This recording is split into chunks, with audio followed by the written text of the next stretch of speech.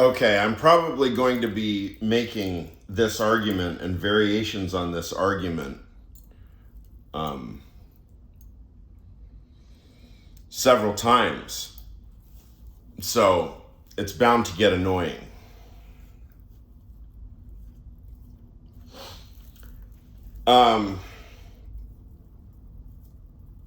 So I'm not going to play a bunch of clips of documenting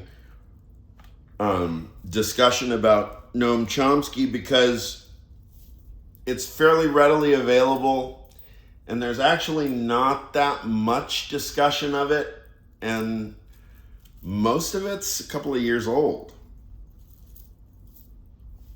It's a couple of podcasts and regarding Chomsky's association with Jeffrey Epstein.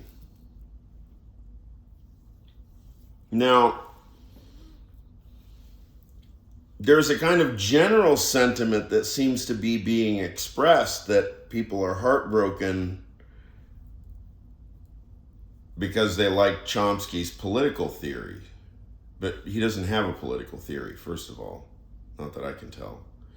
Second of all, he has lots of political complaints, which he argues for, and I guess we have no reason to doubt that he argues soundly.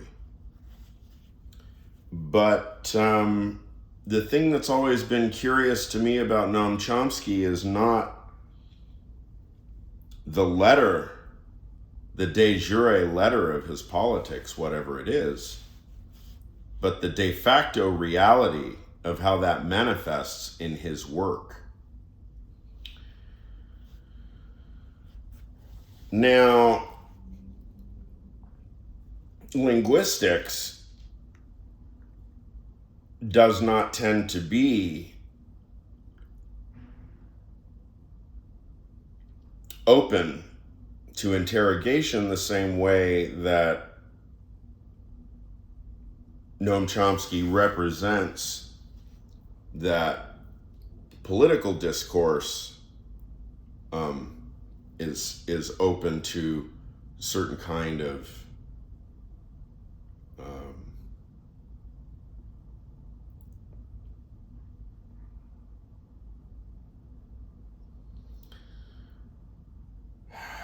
well, let me back up.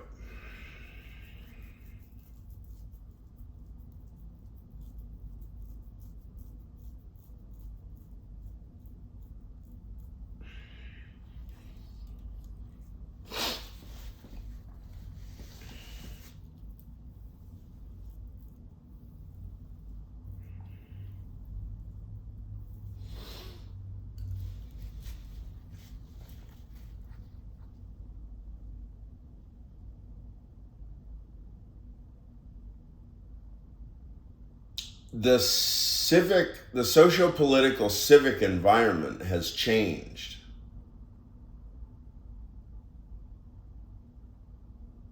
In a fundamental way, such that when Chomsky argues that if he had financial dealings with Jeffrey Epstein and he had personal emails going back and forth with Jeffrey Epstein into, I don't know, 2015 or something like that, and Epstein had already served time or whatever, submitted his debt to society from like the earlier pedophilia and child abuse, sex trafficking, whatever, conviction, whatever it was in 2007. I don't know. I should know these dates, but Chomsky argues, well, he paid his debt to society, and anyway, why are you nosing in my business? That's roughly the vibe that it seems. Well, MIT got over $850,000 from Epstein, and Chomsky is the poster boy of MIT. And if you show me a photograph of Noam Chomsky having a pleasant conversation sitting next to Jeffrey Epstein, on a private jet, my worry is not, I don't give a fuck about what Chomsky's politics is.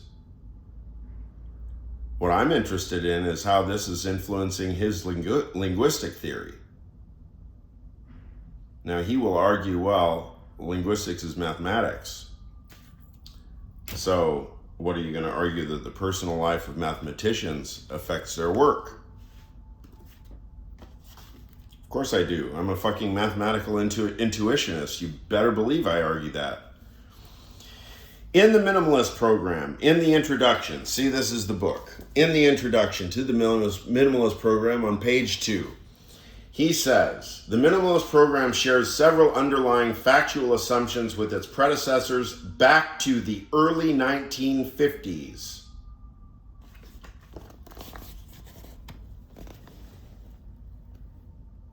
Okay.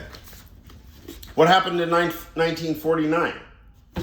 Chomsky will look at me and say, that's irrelevant. And anyway, maybe there are roots in 49. Okay, whatever the roots are, you will commit yourself to them, right, Chomsky? Maybe it is 49. What happened in 48? Can we trace it all the way back to Pontius Pilate?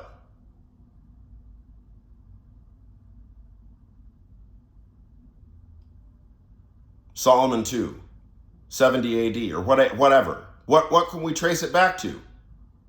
And Jeffrey Epstein works for who? He's an asset for the Israeli government?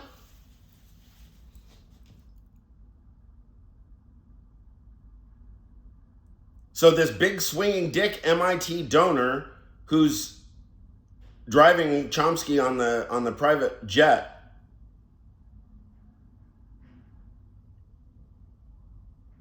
has opinions about what happened in 1949. I don't know what they are. Plenty of shit happened in 1949 in the Levant, certainly. I think 1949 is also Mao. Is it not?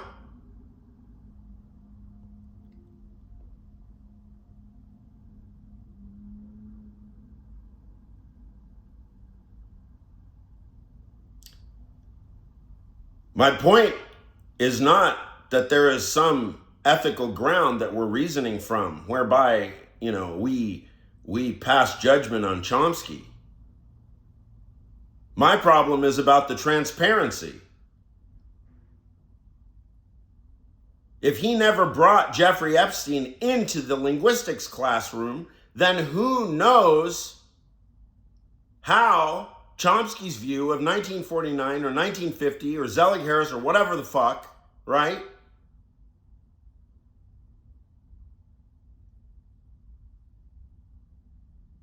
It's called the background phenomenological assumptions that the theorist carries into their inquiry and which is figured into as part of the theoretical apparatus. The entire phenomenological background, including all psychoanalytic details, all personal, political, familial, etc. details, are part of the background theoretical apparatus. And now, because we live in this society, where we're so far deep into epistemic crisis, we can't tell our mouth from our asshole.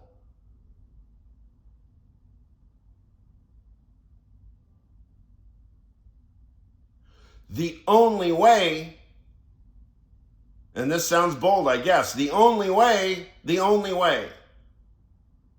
I don't know if it's the only way. The truth is always true, though. We can distinguish the mouth from the asshole.